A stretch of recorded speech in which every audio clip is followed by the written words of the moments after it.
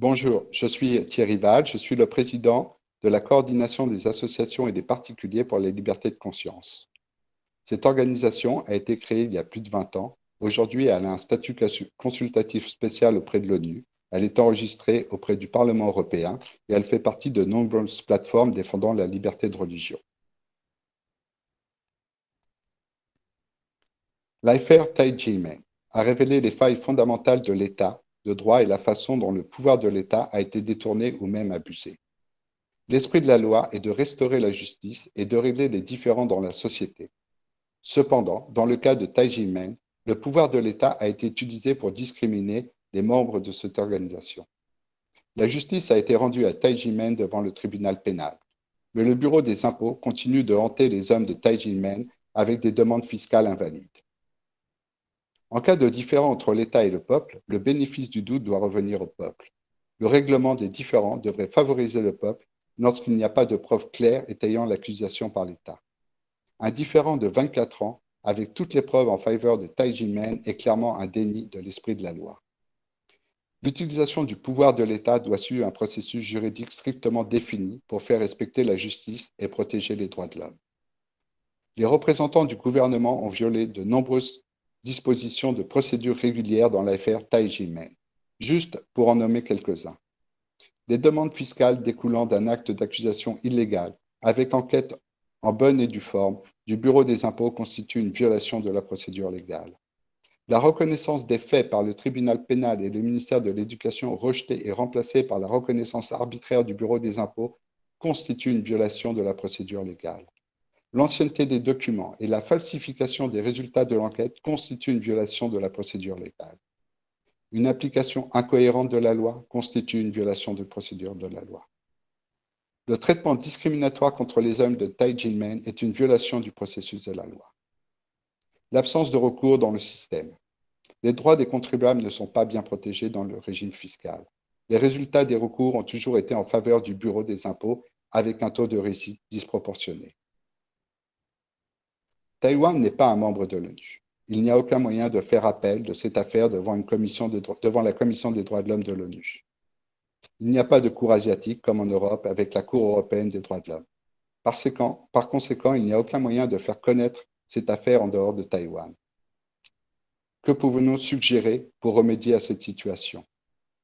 Malgré le veto chinois à toute demande d'adhésion, Taïwan applique à la lettre les recommandations de l'ONU et fait même figure de bon élève en matière de protection de l'environnement, des soins médicaux, d'éducation et d'énergie verte. Ne pouvons qu'encourager le gouvernement de Taïwan de respecter les recommandations de l'ONU et de respecter la Déclaration universelle des droits de l'homme sur l'article 7. Tous sont égaux devant la loi et ont droit sans distinction à une égale protection de la loi.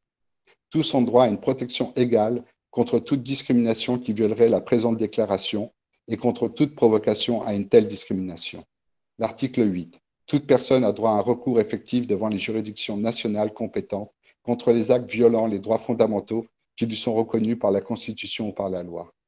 L'article 10. Toute personne a droit en pleine égalité à ce que sa cause soit entendue équitablement et publiquement devant un tribunal indépendant et impartial, qui décidera soit de ses droits et obligations, soit du bien fondé de toute accusation en matière pénale dirigée contre elle. L'article 11. Toute personne accusée d'un acte délictueux est présumée innocente jusqu'à ce que sa culpabilité ait été légalement établie au cours d'un procès public où toutes les garanties nécessaires à sa défense lui auront été assurées. 2. Nul ne sera condamné pour des actions ou omissions qui, au moment où elles ont été commises, ne constituaient pas un acte délictueux d'après le droit national ou international. Et le plus important, l'article 18. Toute personne a droit à la liberté de pensée, de conscience et de religion.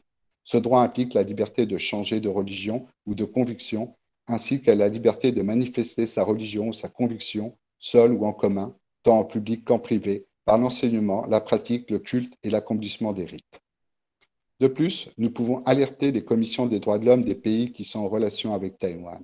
Nous pouvons faire des signalements au Bureau des relations extérieures de la Commission européenne qui entretient des relations diplomatiques avec Taïwan et pour qui les droits de l'homme sont une priorité.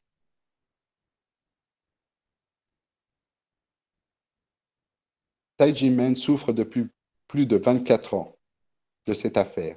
Bien que Taïwan soit considéré comme un pays démocratique, Un système d'appel équitable n'a pas encore été en place pour protéger les droits de l'homme des civils. Que pouvons-nous suggérer? Dans les rapports 2016 et 2020, Taïwan rappelle son attachement à la liberté de religion, à la neutralité de l'État dans les affaires religieuses, et nous devons aider le gouvernement taïwanais à respecter ses engagements en matière de liberté de religieuse et de droit à la justice dans l'affaire de Tai Ji-men.